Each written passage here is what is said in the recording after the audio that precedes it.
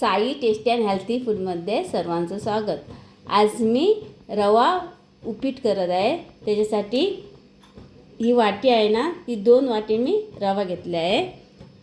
2 मोठे कांदे बारीक शिनून घेतले आहे।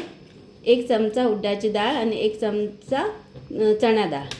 तर मी 1 मोठा चमचा घी घालते आणि थोडीशी हाफ चमचा। तर मी त्याच्यात 2 वाटी रवा घेतला आहे। तो मंद गॅसवर मी परतून घेते। रवा लाल करायचा नाही, मंद गॅसवर तो परतून घ्यायचा।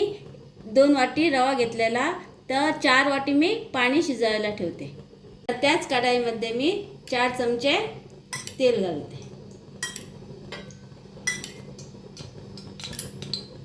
थोडीशी राई घालते। राई चांगली परतून घेते। त्याच्यात 1 चमचा चणा डाळ घालते, 1 चमचा उडदा डाळ, ते पण चांगलं परतून घेते। कांदा घालते।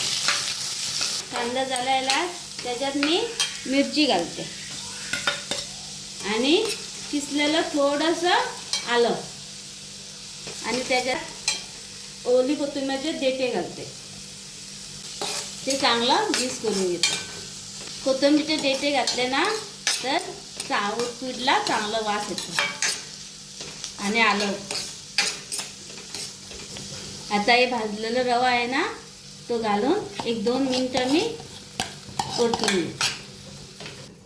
परतून झाला, आता मी गरम केलेलं पाणी त्याच्यात थोडं घालून घेते। एकदम घालायचं नाही, थोडं घालायचं, नाही तर गुटल्या होतात। आणि चवीनुसार मीठ घालते। तुम्हाला साखर आवडत असेल तर तुम्ही थोडीशी साखर घालू शकता। आणि गॅसचा फ्लेम बारीक करून 5 मिनिटं शिजवायला ठेवते।